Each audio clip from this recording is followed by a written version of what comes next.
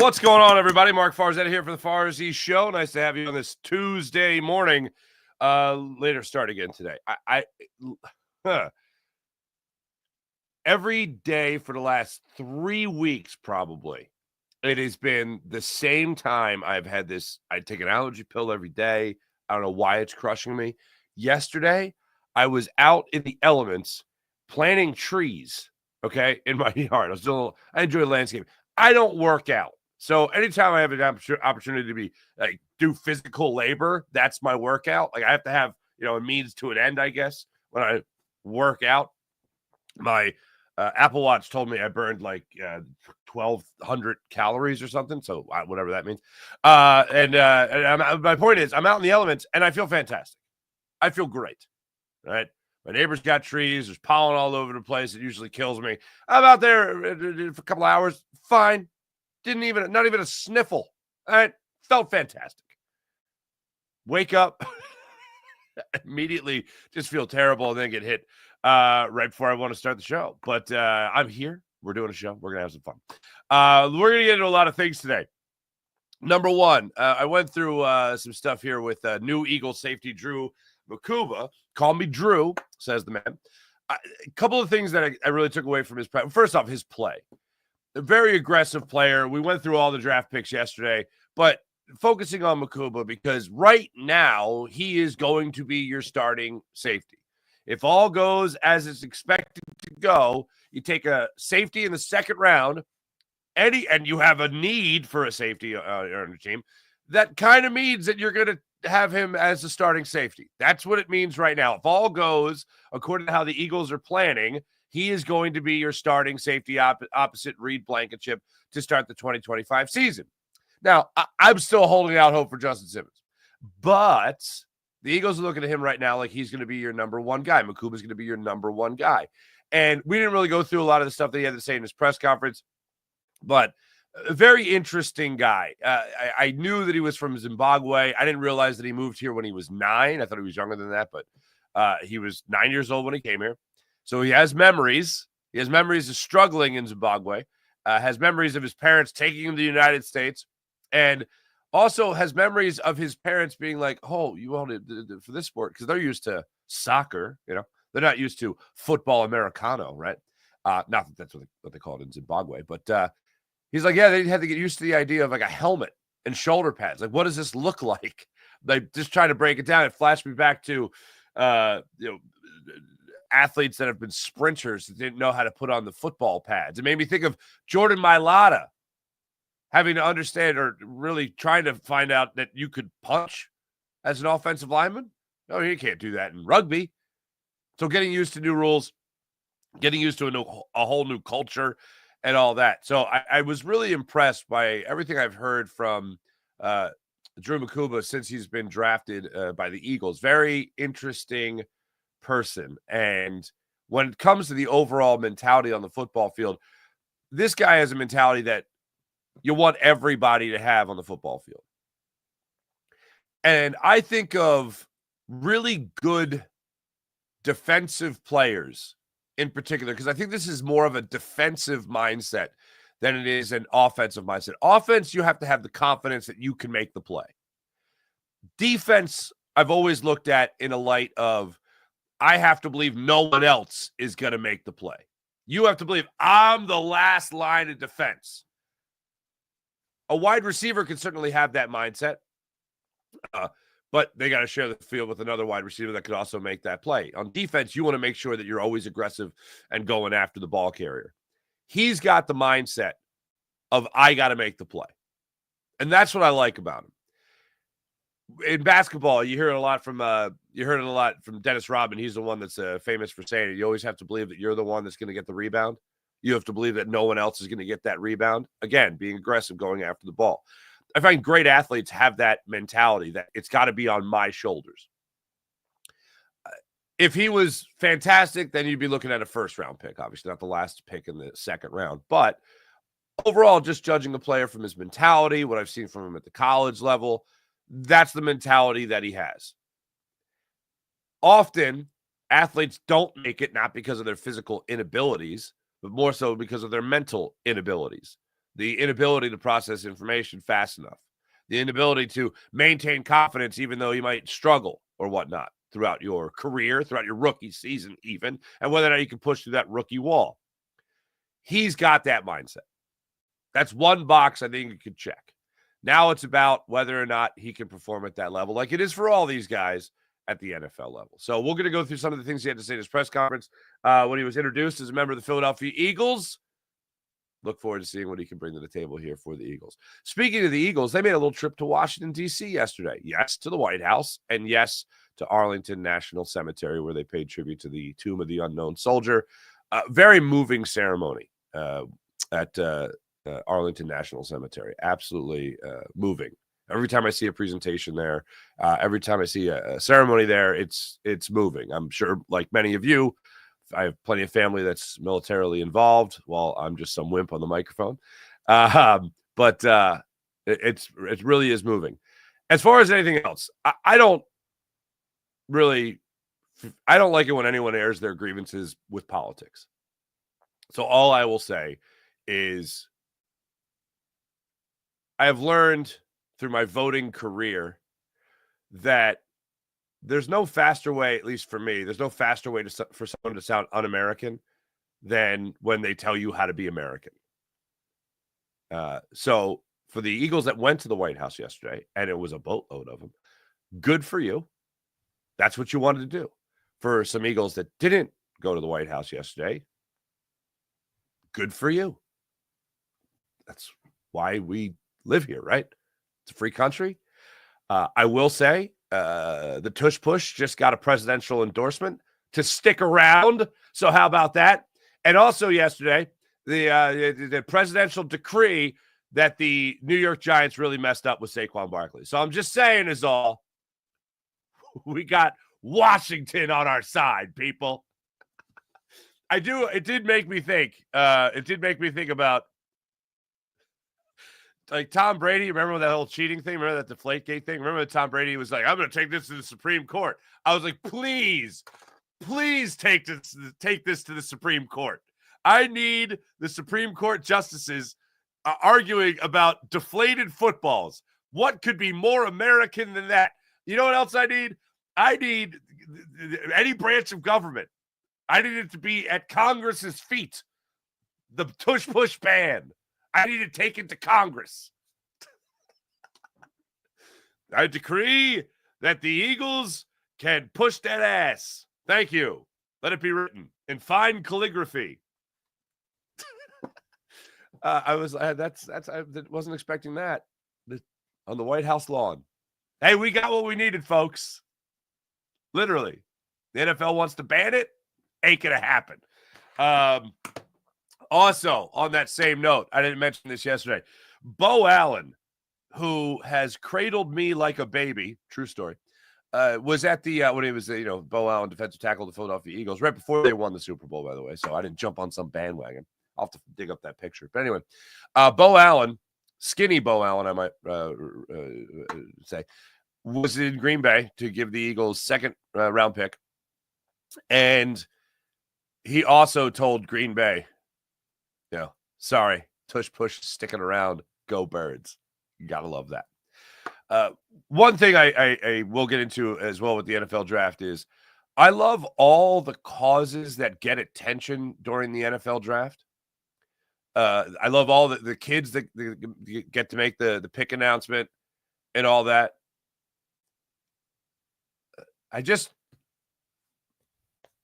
All this attention, I just want to make sure nothing gets lost here. All this attention for all those great causes and all those wonderful moments made for people, all that happens so the commissioner doesn't get booed. Like, that's the genesis of all that. I feel like when I'm an old man and the little Toots and Leo are asking me about the NFL draft, which of course they are, one day, and they'll be like, "Hey, why are these guys making the picks and all that stuff?" I'm like, "Oh, well, the commissioner started getting booed mercifully, and that he didn't want that to happen anymore. So they started bringing out NFL alumni, and then they started bringing out other people with good causes that wouldn't get booed." Now, I get it from an NFL standpoint.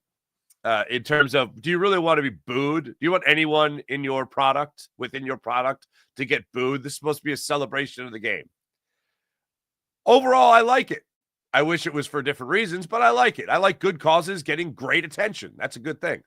The other thing also is, I will say, I absolutely love that the NFL draft travels around now. That's not something I grew up with. That's a change that has happened that I adore. Loved having it in Philadelphia when it was here. I thought it looked great in Green Bay with all the historical shots of Lambeau Field. I thought they captured, as I told you guys, what was it, Wednesday? Maybe Thursday morning of the draft, about how, look, it really is in a 1960s neighborhood, Lambeau Field. It is awesome. And I thought they captured that beautifully for the draft. I thought Philadelphia looked great for the draft, although it was kind of an arrogant thing for the NFL to have it at the Art Museum and then completely block out the Art Museum. Like, they literally put fake columns on the stage, and I'm like, you got the columns right there, man. What are we doing? But I just think it looks great. I think it looks fantastic, and I love that the NFL travels around. So we'll get into that a little bit. And also, the Philadelphia Phillies start a series with the Washington Nationals, a series that I would really love to see them sweep. And it's in South Philly, 6:45 start time tonight. Zach Wheeler gets the ball against Mackenzie Gore. The Nationals, Sunday,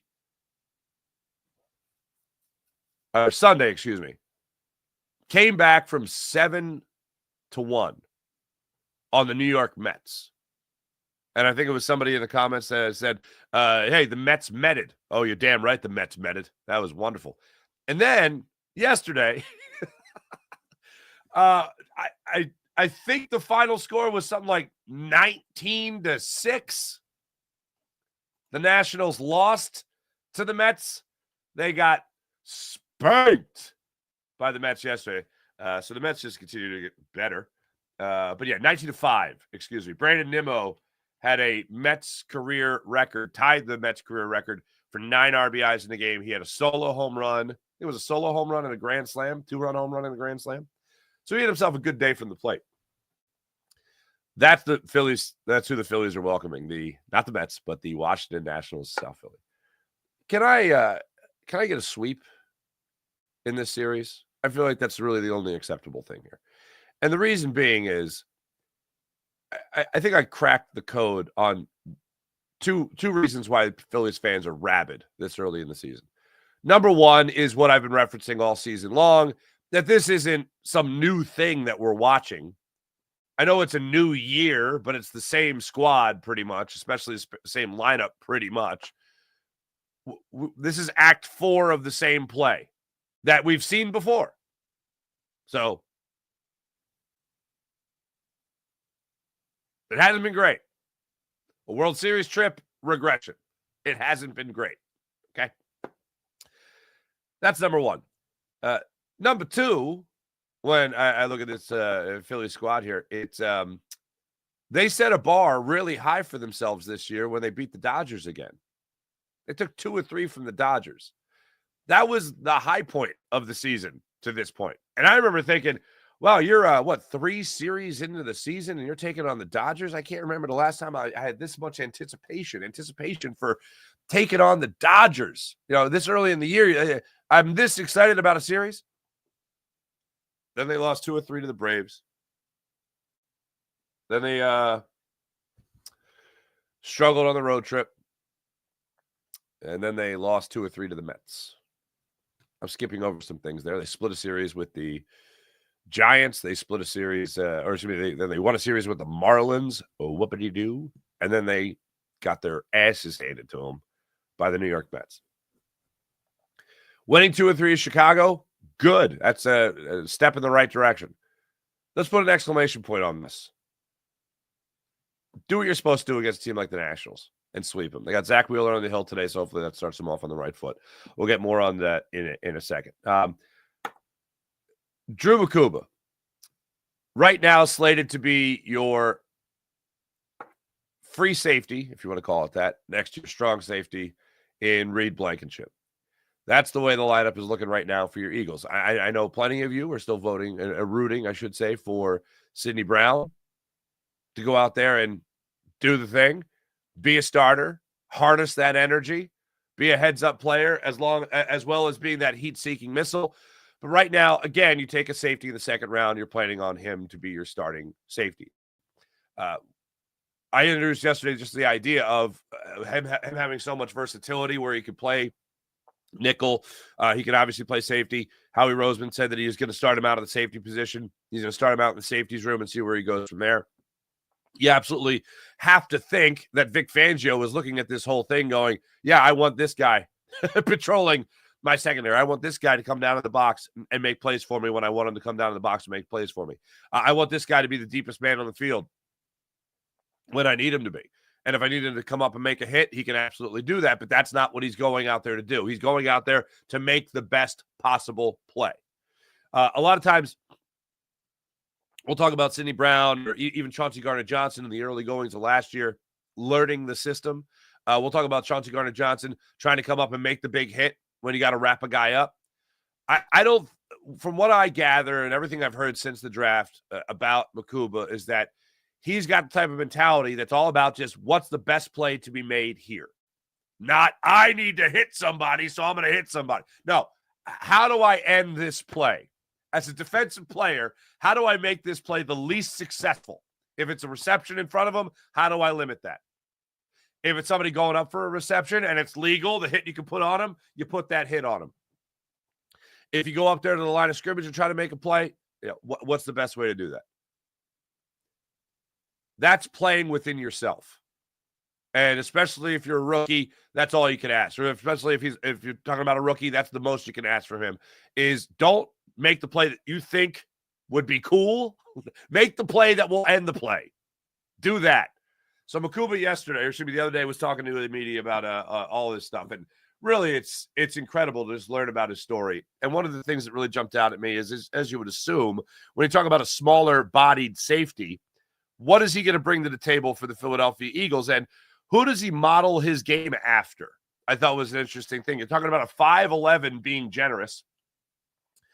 5'11". Who do you model your game after, and how do you play at that size? Yeah. I mean, I like to watch guys. Typically, that's my body type, body frame. I can't go watch. I can watch it, but I can't really do as much as a guy that's 6'3". I like watch guys that's my height, my size, kind of move the same, and just kind of see what they do, and just add it to my game to improve my game, obviously. But being at this level, every little thing you can find to help you, you're gonna need it. Anybody in particular? I say a guy like Buda Baker, Brian Branch, those guys that's my size and kind of move how I move a little bit. When he said Buda Baker, what was it, a season ago before they got Chauncey Gardner-Johnson? 2 seasons ago? Oh, Buda Baker? Could Buda Baker be headed to the Eagles? Could Howie Roseman be working up a trade? All right, interesting. Not afraid to go to the smaller body safety there if you're the Eagles. Fine. I love that those are the guys that he looks up to. There's some pretty good players that he's talking about there. And yes, when it comes to the size, there's definitely a comparison there. You got to think if you're him, those are the guys you're going to be looking up to model your game after at the NFL level. Some other things he got to, he got into depth about going from Clemson to Texas, going from nickel to safety. Talked about his versatility there. Talked about just kind of soaking in the moment. Did hear from Cooper DeJean. Did hear from Reed Blankenship. Heard from some other guys on the team. Will Shipley, another Clemson connection there. Just kind of how he discovered the game. Just something that him and his brother really fell in love with. His parents, obviously, over the moon, as one would expect. The NFL, this is also interesting, again, with the Zimbabwe connection. The NFL and its mission to make the game global. This is becoming more and more of a theme as the NFL continues to grow throughout the world. When I finally got around to watching Saquon Barkley Hot Ones, that was one of the questions that was asked about how the NFL has taken this huge step forward with growing the game for the world. Because I remember the days of NFL Europe, like 2007. I remember I was in Amsterdam and I was supposed to go to an Amsterdam Admirals game. And I remember the moment I was like, oh, yeah, this isn't going to work. I was like, hey, I remember talking to somebody out there and be like, hey, isn't there an Admirals game today? And they're just like, nah. Like, and then a couple other people chimed in and be like, yeah, they don't really get a buzz here in Amsterdam. I'm like, I guess they're the only thing not getting a buzz in Amsterdam. But it just wasn't, there was no vibe in the city about it. So that's how I kind of understood what the NFL was in Europe, at least. And then literally, I think it was later that year, the NFL Europe folded. So that's where the game has kind of really grown. And I know a lot of us don't like the idea of people playing in Brazil. Like, you want to be on your own time. You don't want these players to travel. And then all the questions about, like the Eagles did about traveling, all of a sudden, you got guys out of the routines and all that. I know that's not exactly the most favorite thing of NFL fans, but Roger Goodell is going to continue to grow this game and try to grow this game the absolute most possible he could grow it in his time as the commissioner of the NFL. And what's amazing to me is that he's been successful. Now, with the London games, when I talk to people I know over in London, it's becoming more than just the party. Like, originally, it was just, this fun little thing. Oh, we get this fun little thing to experience. Cool, we'll go. Now it's actually an event. It's more than just this little party that, we'll see how this goes, but fine. Now, actually, people are into it and they look forward to it. So when a guy from Zimbabwe all of a sudden is getting drafted, when you already have a guy on your offensive line, this just got not only a huge contract, but also was was rated as Pro Football Focus as the best football player in the NFL last year in Jordan Mailata. Yeah, I'd say that your business is kind of growing there. And getting a guy like this who's also international in Mukuba, you're just, again, reaping the fruits of your labor when it comes to growing the game internationally. When it comes to other things on the football field, I almost cringe a little bit. I feel like, no offense to Kayvon Wallace, I don't want him catching strays here, but whenever somebody talks about a safety meeting Brian Dawkins, hey, look, that's cool. I'm happy. But Mukuba's kind of got a twofer here, because not only did he know Brian Dawkins from his time at Clemson and get to have some conversations with him at Clemson, and he talks about how everyone at Clemson loves Brian Dawkins, as one would assume. And it was even a joke. I think it was Jeff McClain that might have said it in the press conference about how, he's kind of loved here in Philadelphia too. And Mukuba smiled. He was just like, oh, no, I know. I've gotten to talk to him over the years and all that stuff. And, just talking about what a great presence he is. But he also knows Jeremiah Trotter. He was roommates with Jeremiah Trotter Jr. his freshman year at Clemson. So this is a guy that is, I think, well aware of what it means to play in Philadelphia. So he's getting that head start. The reason I focus so much on him today is because when you draft players, like Jahad Campbell's going to go out there and he's going to get reps. Like, my expectation for Jahad Campbell in this defense is what Hassan Reddick brought to the table here.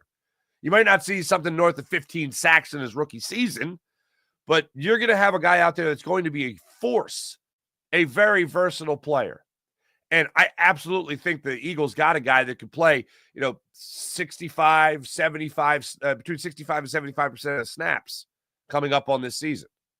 I think you're going to have him and Nolan Smith really as the marquee edge rushers on this squad. And that's with guys like Azeez Ojulari coming over here, who's got talent, just hasn't been able to stay healthy. That's still developing a guy like Jalix Hunt, who I think is going to have a lot to offer in his sophomore season. But when it comes to this second-round pick, the Eagles didn't move up to get a tight end, despite having the draft capital to do so. And when a long run of tight ends getting drafted was going on, the Eagles were like, yeah, we're just not going to take a guy or trade up to take a guy just because we need him. We're going to take the best player available and try to keep everything that we can still keep. Some people might call that cheap. Some other people might call that strategic. When it comes to Howie Roseman and his track record, I think I'm going to tend to this. I'm going to go to the side of strategic. when it comes to Mukuba, obviously born in Zimbabwe, grew up in Texas. What I find really interesting is that he would not say he was a fan of a particular football team. He did not say he was a fan of the Cowboys. Didn't say the Texans. No. He said he just was a football fan. He just loved watching football. And I'm like, was he coached? Did Bob Lang tell him, hey, don't say you're a Cowboys fan growing up, whatever you do? But either way, I thought he handled that. I thought he handled that very well. So good for him on that. This might be pick and chalk, but I think it's pretty safe to say that Kyle McCord's not starting a quarterback. I think it's pretty safe to say that Drew Kendall is not going to be a starting guard on this team. I think it's pretty safe to say that Mac McWilliams is not going to be a starting corner. Eagles' 5th round pick. Although I am excited for his punt return ability, as I said yesterday. That to me was something that did not get talked about enough going into this draft. Can you just get somebody other than Cooper DeJean to return punts? Thank you. You could have 3 players in this draft that will essentially be starters. Walking away from it, maybe that's why people give it an A grade. I still got my questions about a guy like Ty Robinson. If he is that big, if he's that fast, if he's that good on pass and rushing downs, why is he a 4th round pick? Why did 110 players go before him? I really try to look at what the player can do from a physical standpoint, see what the player's track record is before I start thinking about where they were drafted. Because as we all know, that could change in the drop of a hat. There could be a run on offensive players. Like, what was it? 15 offensive players were taken a year ago, allowing the Eagles to have an opportunity to get Quinyon Mitchell. That's insane. But it happened because that's the way the board fell. I was listening to my man Adam Kaplan, Jeff Mosher, Andrew DeCecco, Inside the Birds. I was listening to them talk about it, and one of the things Adam talked about was his many conversations over the years with Bill Polian, Hall of Fame general manager of the Colts. And he said that Bill Polian was like, it's all about your board. You got to stay true to your board. It's as simple as that. You do the homework. You do the preparation leading up to the draft. You did that for a reason. Just because things are going one way that particular day doesn't mean you just all of a sudden go, all right, well, I'm just going to throw this out the window. No, you didn't put a 1st round grade on this guy. Don't take him in the 1st round. If you get the opportunity, for instance, to draft Jihad Campbell, and let me just say this as well. I'm hearing a lot of people put the emphasis on the first syllable there, the G. No, it's just Jihad. The other thing is something completely different. So just to get that out there. Jihad Campbell being a top 10 player, not just the Eagles boards, but other boards, and they get him at 31. The story of how did the Eagles get Jalen Carter? How did the NFL let the Eagles get Jalen Carter? Like, I think that's going to be another storyline throughout this season. That, to me, I see as just a slam dunk, home run, grand slam of a 1st round pick at 31. Like, look, you're talking about what, Nolan Smith going at 29?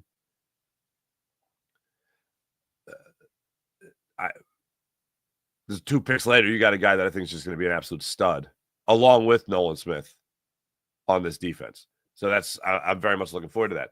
But yeah, I think you're looking at Mukuba, Campbell as guys that will play the majority of your snaps. Mukuba, you can just flat out. I mean, there's so much of a rotation going on with linebackers and edge rushers. Starter is a difficult thing to really tab right now. But if he's playing 70% of the snaps, yeah, I go ahead and say he's the number 1 guy. Mukuba, though, I think you can just slate as the starter for now. We'll see if the Eagles do develop that, as it seems like they're trying to. And then the question mark is, you would assume, is chalk when you talk about their 3rd overall selection, or their 3rd selection, I should say, who was the 4th rounder, Ty Robinson out of Nebraska, defensive tackle. We talk about his speed. We talk about how quick he can be with his hands. We talk about being able to get after the pass, or get after the quarterback or get after a running back. he can do all of it. I mean, he's that strong and he's that quick. It's just it does make me question, though. This is the only time I pay attention to where they're taken. It's okay. If he's that good, why wasn't he gone earlier? If he's that good, why was he available in the 4th round as opposed to even being a second or even a 3rd round pick? Milt Williams, for instance. Take him in the 3rd round, and he developed over time into now being paid as a number 1 by the Patriots. By the way, talk about the draft board falling in your favor. Everything fell into favor for Milton Williams. First off, playing next to Jalen Carter, that's pretty good. Well, I should start with this. Work ethic, determination, his overall skill set getting better and better and better. Good for him. And then also playing next to Jalen Carter. Then also having a bit of a bidding war between the Panthers and the Patriots to get them at $119 million. Good for Milton Williams. My question is, can Ty Robinson develop to that point in his rookie season? Can he do it in his rookie year? Of all the guys I'm going to be watching in training camp and all the guys I'm going to be watching in the preseason, obviously Mukuba is going to be one of them. Right after that, it's going to be Ty Robinson, because if he's as good as advertised, if he can be a guy to step in there and at least show the flashes in the early goings of being able to move men, and not college kids, right? Move men. Well, then the Eagles are going to be set. Because if you could get the same kind of production from him as you did from Milt Williams, let's just say not even last year, but 2 years ago, and Jordan Davis is taking step forwards in his career as well, then you're not going to miss many beats when it comes to that defensive line, interior defensive line, that some people thought you did, or some people thought you were. If he could just step up and be what Milton Williams was 2 years ago, you're going to be in some pretty good shape. And I've come around on Jordan Davis. Now, do I want him to be more versatile? I absolutely want him to be more versatile. Do I want him to be able to play on 3rd and longs? Yeah, I want him to play on 3rd and long. Passing situations, essentially. I had a conversation with somebody recently about his snap count going down is actually a good thing overall for the defense. You want him to be more versatile. You want him to be more available to make plays for your defense, certainly. But if he's having success on 1st and 2nd down, if he's stopping the run, if he is putting the offense at a disadvantage early, then guess what? He's not going to be in there for 3rd and 11. He's not going to be out there for that. I would like him to at least be an option for it. And that's where Ty Robinson comes in. Ty Robinson can play both against the run and against the pass. Will his presence maybe and development give more rest to Jordan Davis? Or will Jordan Davis step up in this offseason and work on the things in his game that he needs to improve on to be able to be out there on the football field? Because, hey, look, we were all excited. Saw him at the bike race, the Eagles Autism biking event, and he looked all he looked svelte, as a matter of fact. Then we hear from him a couple of weeks later talking about best shape of his life, really slimmed down. He was the one that first mentioned Fletcher Cox isn't walking through that door. Nobody's coming to save us. It's up to us. I thought he started the year well last year, and I thought he ended the year well. I thought what was in the middle was meh. And yeah, I looked at the snap count and I said, hold on, they're asking him to do less? And it's like, well, no, the cause for his role really wasn't there because the Eagles were so good defensively, they didn't need as much from him. If his snap count goes up, that means you're not winning on 1st and 2nd down. I would like him to at least be available and be able to have an impact on passing downs. So that's what I'd like to see from him. And maybe Ty Robinson's a guy that comes in here and helps that whole process. I do love the idea, and I try not to get caught up in college stats as well, but when you're talking about a guy that had 15 tackles for loss at Nebraska last year, that was the most tackles by a Nebraska player in 15 years. Ndamukong Suh. That's a pretty good player. So that's what I look forward to. But yeah, so you're essentially looking at chalk if you're talking about the potential of having 3 starters or 3 guys play. In some cases, if you're Ty Robinson, 45% of the snaps, 50% of the snaps. If you're talking about Mukuba, 100% of the snaps. If you're talking about John Campbell, can we get 75? 75% of the Can we get 70% of the snaps? 65. Give me 65% of the snaps. That's what you're looking at from these players in the very near future when the Eagles get things underway. Speaking of which, May 27th to the 28th, June 2nd to the 3rd, June 5th, OTAs begin May 27th. A little less than a month. June 10th, mandatory mini camp. And how about this? Your schedule, your NFL schedule, comes out in a little over 2 weeks, May 14th. Good times. Can't wait for that. Can't wait for that. Is there anything else I said that? Mentioned that? Talked about that? Yeah, that's all. Yeah, there you go. Your Philadelphia Phillies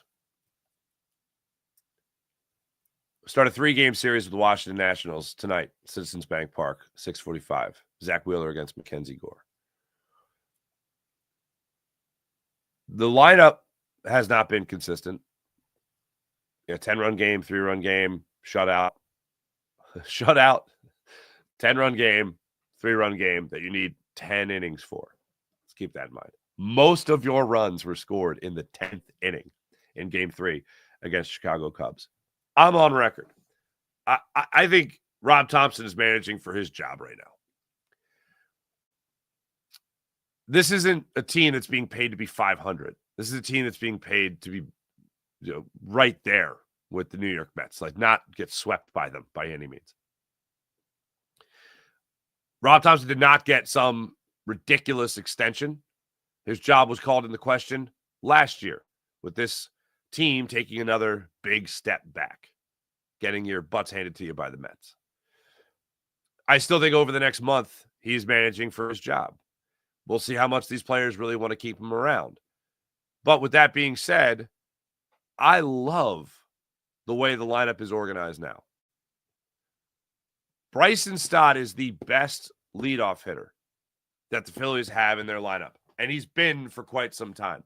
Now, just talking about playing the position, if you call it that spot in the lineup, Bryson Stott takes pitches.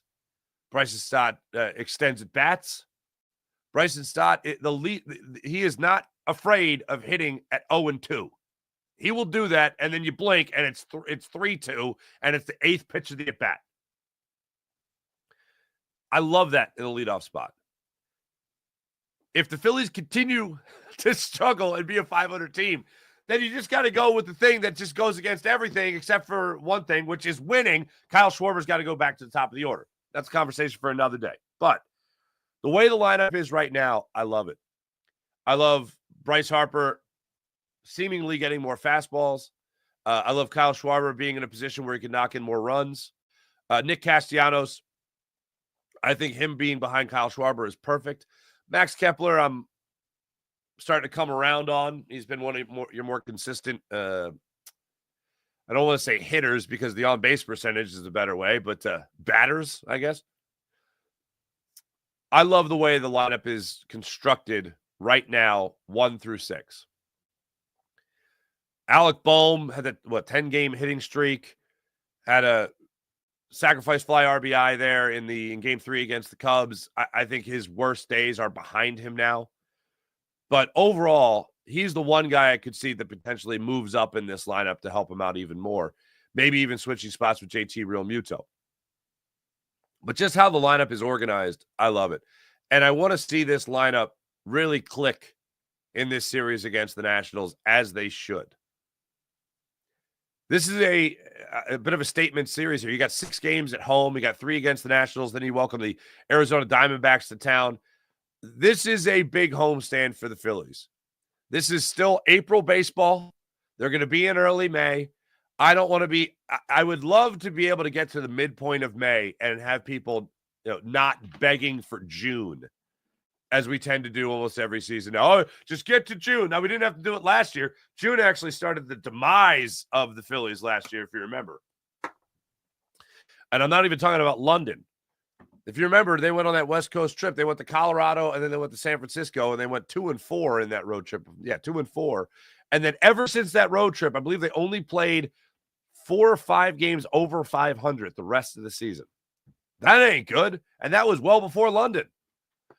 I don't want to be sitting there in the middle of May in 2 weeks begging for June to start, hoping that that's when things really turn around for the Phillies, where they become a dominant ball club. And let's also not forget that last year, the Mets were like 9-19 in the month of May. So I love the fact that the Mets fans are getting all chesty right now. Oh, your Phillies talk. Well, yeah, credit to you. You bounced Phillies out of the playoffs last year. You swept them this year. Good for you. But it could be a really quick ride. I think the Mets would understand that. I think this lineup, the way it's constructed right now, puts the Phillies in the best possible position to have success. As far as the rotation, I was asked this question the other day by my man Pat Gallen on CBS 3 about if I have concerns about Zach Wheeler. You can say this a lot throughout the baseball season about players not playing their best baseball yet. Well, I think Zach Wheeler has seen his worst baseball so far. I mean, again, you're talking about a guy that went 2 years. 2 years without recording back-to-back non-quality starts. So he did not put bad starts together twice for 2 years. This year is the first year in 3 years. In 2 years, where he didn't have, he went 2 starts without recording a quality start. That's insane. That's like, you don't have a bad stretch. That's incredible. Aaron Nola, and I'm not saying this is the reason, this isn't an excuse for Aaron Nola. This is just what I think puts Aaron Nola in the best possible position. And it's got nothing to do with the weather, by the way. Oh, wait. JT Real Muto catches Aaron Nola, and he's better? Aaron Nola's better with JT Real Muto catching him than Rafael Marchand? You don't say. If you were going to look at Garrett Stubbs not being on the ball club as if it was the most meaningful, where is it the most meaningful that he's not on the club? It's he's not catching Nola. Now, that, again, is not an excuse for Aaron Nola to be terrible, as he's been up until his last 2 starts when JT Realmuto's caught him. That's not an excuse by any means. It's just an acknowledgement. Some pitchers don't do well with some catchers. Hell, Zach Wheeler last year talked about how not having JT Realmuto and having Garrett Stubbs kind of threw him off a little bit. Not an excuse, just an acknowledgement. So let's hope that JT Realmuto catching Aaron Nola helps turn him around into a guy that could be that 1A again in the rotation, or with Jesus Luzardo in this rotation, at least be a 2, because Jesus Luzardo right now has been the number 1 guy. Christopher Sanchez, with the exception of his last start, has pitched like he's got A stuff this year, including stopping the Phillies from losing a series against the getting swept by the Cardinals, and helped the Phillies split a series with the San Francisco Giants in that incredible 12 strikeout game. So for me, I look at this rotation, I look at this lineup, and things right now, if you get Christopher Sanchez back healthy, you get Ranger Suarez back in some capacity, most likely maybe take over for Taijuan Walker, you could be really turning things around for this Phillies ball club. And I don't think I made this point on my show. I think I made it on a Phillies postcast. When it comes to Aaron Nola, can we stop talking about run support? Can we get his ERA below 5 before we start going, well, he hasn't even got any run support? Yeah, Not his job. Not his job anymore. Pitchers don't bat. Not anymore. I don't care about the run support. Do I think that it matters? I absolutely think it matters. But when your pitcher has an ERA north of 6, now still north of 5, yeah, I'm not really going to drum up that excuse for him. Well, he hasn't got any run support. Yeah, well, he hasn't stopped runs from happening. He hasn't given his team any support either. So that just chalk up a loss for him. The Phillies in general and Aaron Nola. So that's where I'm at with this ball club right now. Just give me a great series against the Nationals. Can I just get that, please and thank you? Thank you. Hey, let me tell you, because if I don't, by the way, here's a clip of the Nationals losing 19-5 to the Mets. Take away the scoreboard. There we go. Thank you. Let me tell you about the Game Time app. Download the Game Time app, create an account, use promo code Farzy, and get $20 off your first purchase on the Game Time app. Want to go to the game, the concert, the comedy show? Game Time app has you covered. So download the app, create an account, use promo code Farzy, get $20 off your first purchase. And don't forget about the Game Time Picks feature, which allows you to filter out all the fluff, get right down to it, the best seats at the best prices on the Game Time app. So just like that. Let's get into the chat check and see how you wonderful people are doing on this fine Tuesday morning. By the way, programming note. Yesterday, I thought we were doing the show. We didn't do the show. Today, we're doing the Eagles Squad podcast on the Locked On Eagles YouTube channel. You got me, Harry Mays, Jason Martinez, and Louis DiBiase breaking it all down when it comes to this Eagles draft and where they go from here. That'll be today at noon on Locked On Eagles, so check that out. Sean Gillespie, hello. Danny Prado, hello. April, good morning. Good morning, April. Sean Kilrain, hello. Sean Kilrain, thoughts on the Eagles should sign Asante Samuel Jr. to be quarterback number 2? Now that you can sign free agents without having to give up a comp pick, also should consider Justin Simmons. Oh, they should absolutely consider Justin Simmons. I'd be for signing Asante Samuel Jr. It just depends on the cost. Season starts tomorrow. Adoree Jackson's your starting corner, I think. Keely Ringo is going to be battling for that spot. That's the way I see that going down.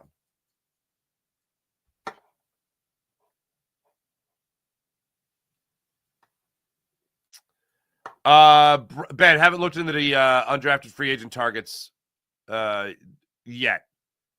But I will. Sean Kilrain, hello. Eagles are getting a player who totaled the most sacks in BCS over 2 seasons, 2.5, an extremely competitive and disciplined worker, Antoine Powell-Ryland, in a diamond in the rough, in your opinion. Very good. I've heard great things. I've heard great things.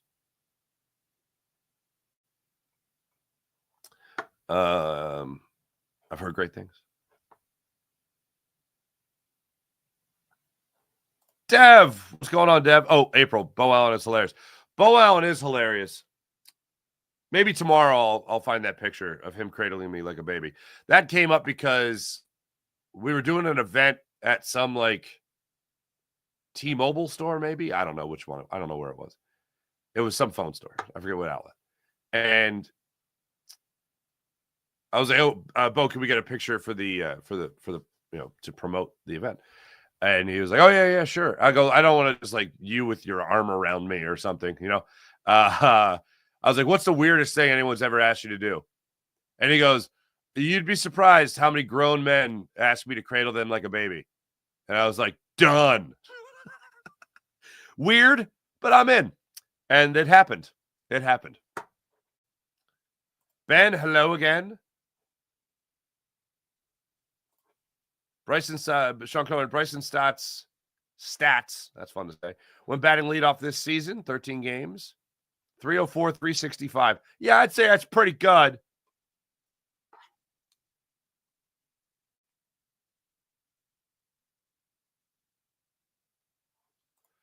Big Ben, they gave him the Rutgers kid?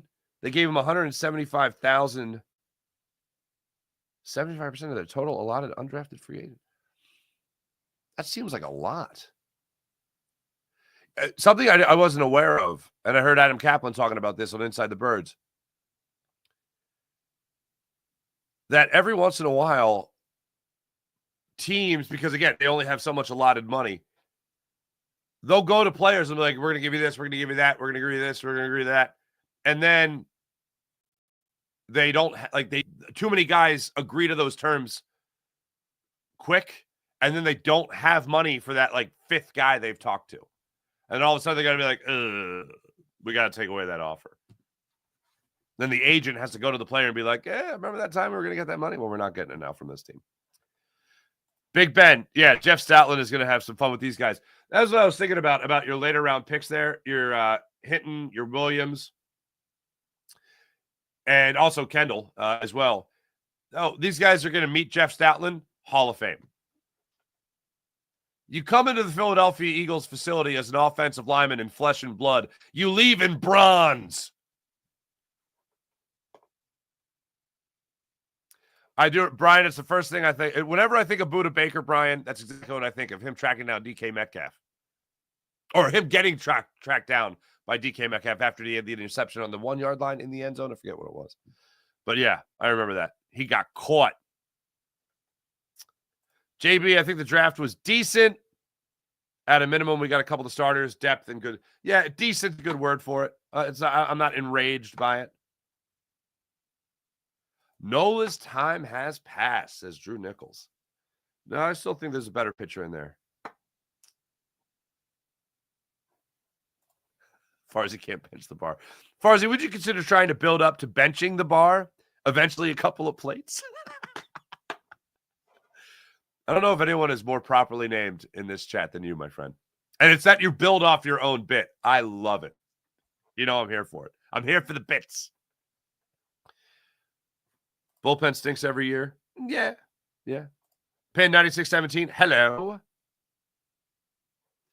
All downhill after we swept the Dodgers before the All-Star break last year. That's a really good line of demarcation. Yeah, you were feeling pretty damn good after taking care of business against the Dodgers at home. Was that one of the games Tyler Phillips went off?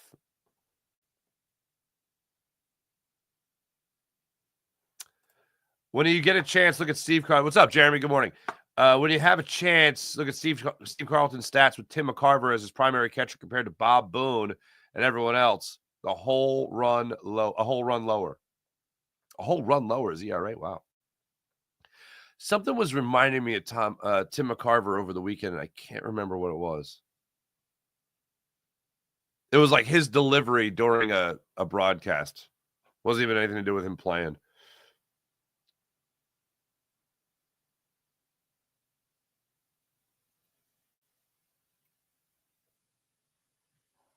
Jim, I concur. It does matter. The run support matters. I'm not saying it doesn't matter. It matters. But when your pitcher has an ERA of 6.35 or whatever it was before his last start here, I'm going to hold off on the run support. If he's got an ERA in the high threes, low fours even, then I'll say, oh, run support. It's a run support. Take some pressure off of him,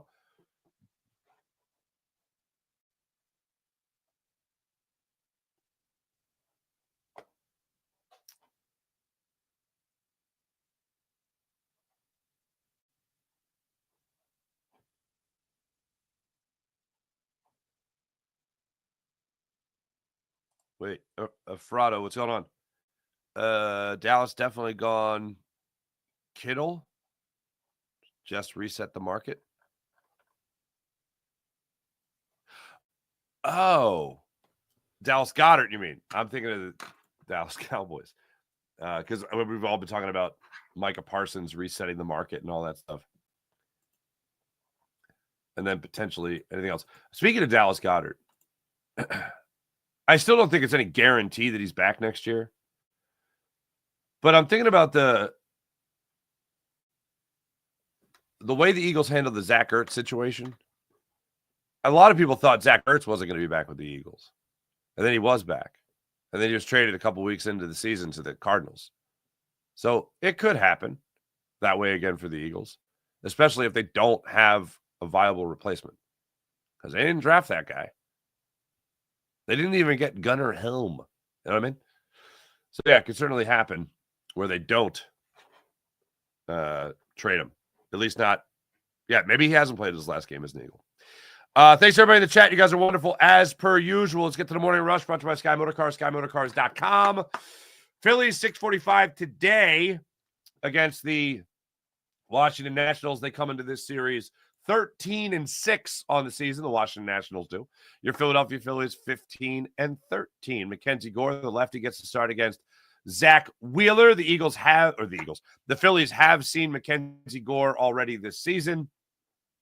Going back to that opening series in D.C., the Phillies unfortunately got shut out for the 6 innings that he was in the game. That game ended up going into extra innings. That's the one Jordan Romano didn't fare too well in, unfortunately, for the Phillies. Thanks for watching. Thanks for listening. We'll be back with you guys on Farzi Show tomorrow morning. Back with you guys this afternoon at noon on Locked On Eagles YouTube channel. It'll be me, Jason Martinez, Harry Mays, Louis DiBiase, talking all things Eagles, breaking it all down. And then I'll be back with you guys tonight for your Locked On Phillies postcast on the Locked On Phillies YouTube channel. So make sure you guys check that out as well. Thanks for watching. Thanks for listening. You guys are great as per usual. Be back with you guys. Jeremy Shriver. Gore is good. Good for 9 Ks tonight, unfortunately. Wah, wah. It's quite possible. Wine Niners wine. Hey, buddy. For clarity, F them boys and Wine Niners wine Niner gang. There you go. Thanks, everybody in the chat. Have a great rest of your day. Be back with you guys 2 different occasions today. Don't miss it. See you guys next time.